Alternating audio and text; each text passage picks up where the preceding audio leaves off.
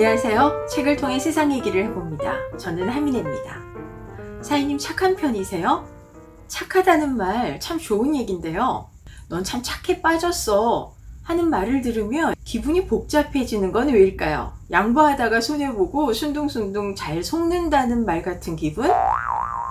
그러고 보면 언제부턴가 이 착하다는 말 속에 무능하고 약하다는 뜻이 포함된 것처럼 느껴집니다. 그런데 이 험난한 세상 살아가려면 착하기만 해서는 안 되겠죠.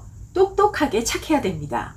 오늘은 철학자 이진우 교수가 쓴 균형이라는 삶의 기술을 참고로 해서 똑똑하게 착한 게 과연 어떤 건지, 그리고 어떻게 해야 야무지게 착한 사람이 될 수 있는지에 관해서 얘기해 볼까 합니다. 우선 착하다는 개념을 재정립할 필요가 있습니다. 흔히 남에게 이로운 행동을 하는 이타적인 사람을 선하다고 하죠.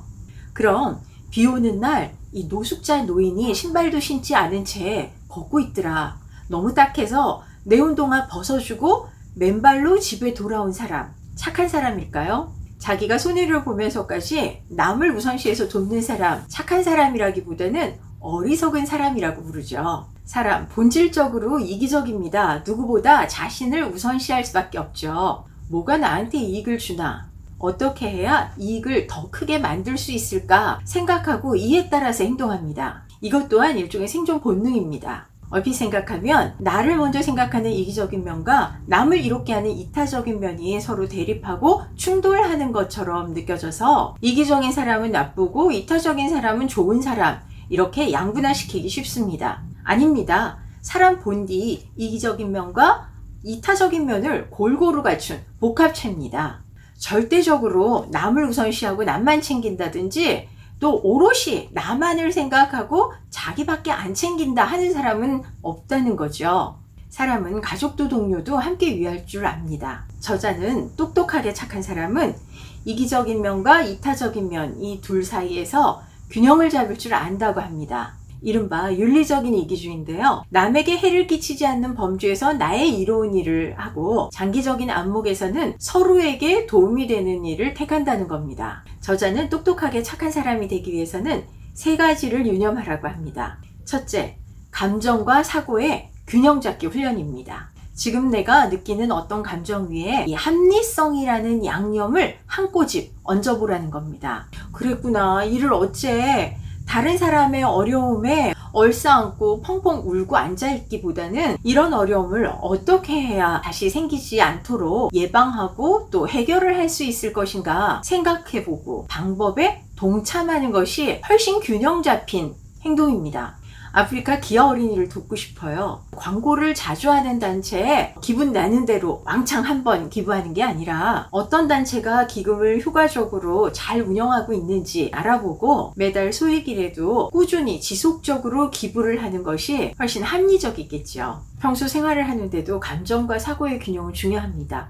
다른 손님보다 소홀하게 대한다거나 예의를 갖춰서 정성껏 대답을 하지 않았다면서 사소한 일에 자꾸 짜증을 부리고 화를 내기보다는 평소에는 넉넉하고 여유롭게 사람을 대하다가도 사회 정의나 원칙이 무너지는 것에는 분노하고 행동을 하는 것이 훨씬 야무진 착함입니다. 사르트르가 말한 것처럼 타인은 지옥입니다. 더불어 살아가야 되겠지만 적정한 거리를 유지하는 것도 필요하죠. 개인적으로 저는 처음 보고 언니, 오빠, 형님 이러면서 훅 들어오는 사람 별로 신뢰하지 않습니다. 무조건 좋은 얘기를 하고 칭찬만 잔뜩 쏟아내는 사람이 매사 이견을 보이면서 태클 걸고 싸우자고 덤비는 사람만큼 위험하다는 거 아마 많이들 경험해 보셨을 겁니다. 누군가를 알아가는 데는 반드시 필요한 시간이 있고 또 나하고 맞는 만큼 맞지 않는 부분도 있다. 합리적인 기대치가 균형 잡힌 인간관계를 만드는 데도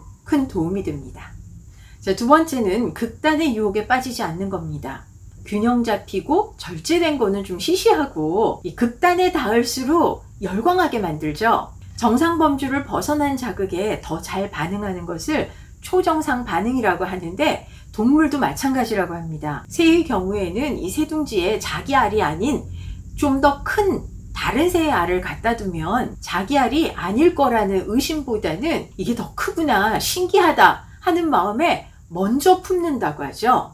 새도 이런데 하물며 자극이 많은 현대인들은 오죽할까요? 뭔가 이 깜짝 놀래키는 포인트가 있어야 고개를 돌리고 관심을 가지고 쳐다봅니다. 그러다 보니 과잉 표현, 과잉 소비, 과잉 소유, 과잉이 넘쳐나죠. 저자는 똑똑하게 착한 사람이 되려면 이건가 저건가 하는 선택의 문제가 아니라 지나친가 모자란가 하는 이 정도에 초점을 맞춰야 된다고 합니다. 회사에 처음 들어간 신입사원, 좋은 인상을 주기 위해서 이런저런 사소한 일들을 자진해서 막 돕습니다. 그런데 어느새 보면 종일 바빠요. 그것도 자기 일 아닌 일폭탄을 맞고 있죠.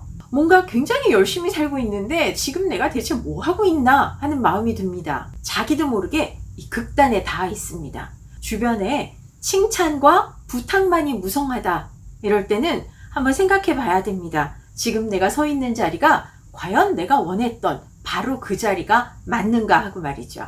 똑똑하게 착한 사람이 되기 위한 마지막 세 번째는 내가 무엇 때문에 왜 살고 있는지를 자주 확인하는 겁니다. 극한에 가까운 삶을 살수록 워낙 격렬하고 뜨거워서 멘탈 탈출하기가 쉽습니다. 나한테 정말 소중한 게 뭔지, 어떤 가치가 나한테 우선시 되고 있는지를 명확하게 알고 있어야지만 흔들리지 않겠죠.